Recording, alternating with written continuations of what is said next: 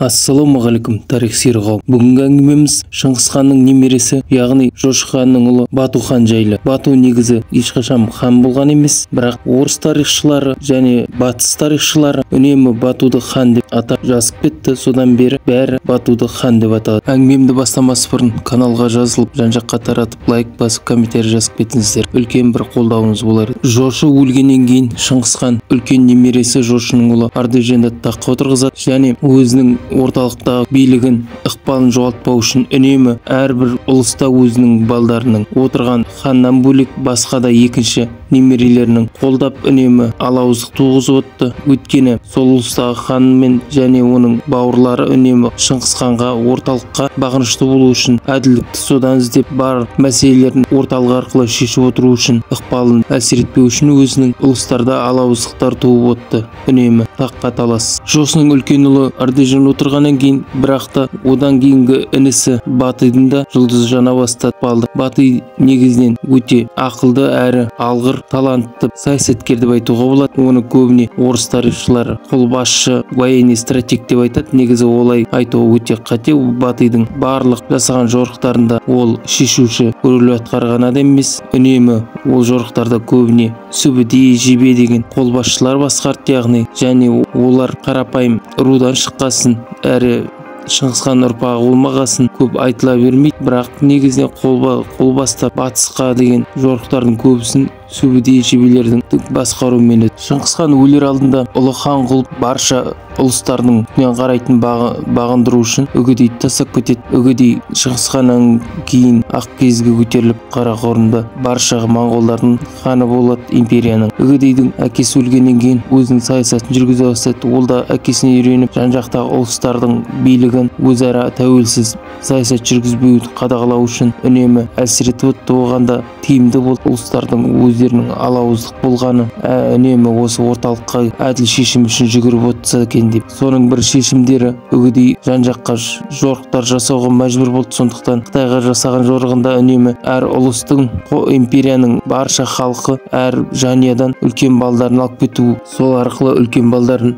яғни тікелей мұрагерлерін алып кету. Ол мұрагерлердің жорықта тікелей Үгедейге бағынышты, яғни олар өздерінің ұлыстарымен байланысын жоғалтты. Көбіне жорықтар, үлкен жорықтар 3 жылдап, 5 жылдап болды. Сондықтан олардың байланысы ұлы ханмен, Үгедеймен тығыз болды. Соны түсінген Батый да басқа ұлыстардың басшылары Үгедейге жалғыз үлкен балдарымыз біз, өзімізді империя үшін өлуге дайынбыз, бізді әкелерімізді үлкен балдарымыз деп жалынып, астарлы үлкен саясат жатқан Үгедей сезсе де, оларға да қарсы тұра алмай, оларға да рұқсат беріп жорыққа жүр. Яғни сол жорыққа қатса өздерді басқа ұлыстың хандары өздерін адам апарып өз ықпалдарынан шығармауға тырысты. Сол кездері Алтын Орда да, яғни көп тарихшылар, көбіне орыс тарихшылары өте қате жазды. Алтын Орда екі бөлініп, Ақ Орда, Көк Орда деп. Ол Ақ Орда, Көк Орда олар ханның ордасы, яғни ханның сол кездегі орналасқан жерін ғана айтты. Негізі ол қалада емес, аймағы емес, нақты ханның отқан жерін Ақ Орда, Көк Орда дейді. Яғни Көк Орда Алтын Орданың жаңа ханы Ордажен, ал Ақ Ордада оның інісі Батыйдың, яғни солай екіге бөлінуі орданың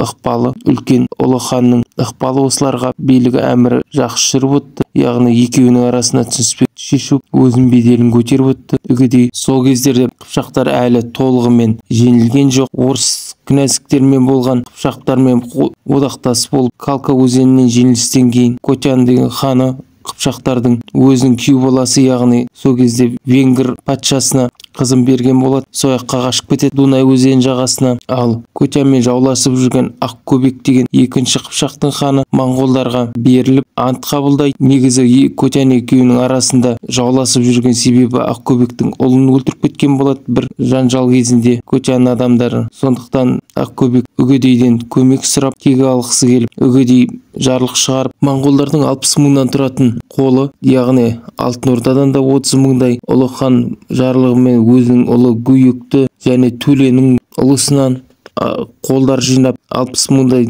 оны сүбідеймен мұқалай басқарады. Яғни әскер қолбасшы генералдар бүкіл қолды жинап, сол кезде Еділ өзенінің жағасындағы шағын аралдарда тығылып жатқан қыпшақтарды соларды жеңіп, Кавказбен айналып, сол кездерге Алан патшалығын толығымен жеңіп, астанасы Магазды алады. Сол бір Магазда үлкен той жасап, моңғолдар сол кезде Батый хан ешкімнің рұқсатынсыз сөз бастайды. Тос сөйлеген кезде Гөйік қарсы сөйлеп, екеуі ренжісіп қалады. Гөйікке ашуланған Батый, сен сақалды қатынсың деп балағаттайды. Гөйік ренжіп, өзінің алып келген қолын жинап, кейін қарай бұрылып кетіп қалады. Бірақ Гөйік ұлы хан Үгедейдің ұлын біле тұрып, Батый Гөйіктен бұрын тағдыр қиындау болған сезгесін, хан ордасына Қарақорымға бірінші жетіп, Үгедей барған жайған өз версиясымен айтып, нұсқасымен Гөйіктің әкесіне жетем дегенше дейін, яғни қол бастаған қолбасшыларының рұқсатынсыз кетіп қалды деп айыптап, Үгедей әрине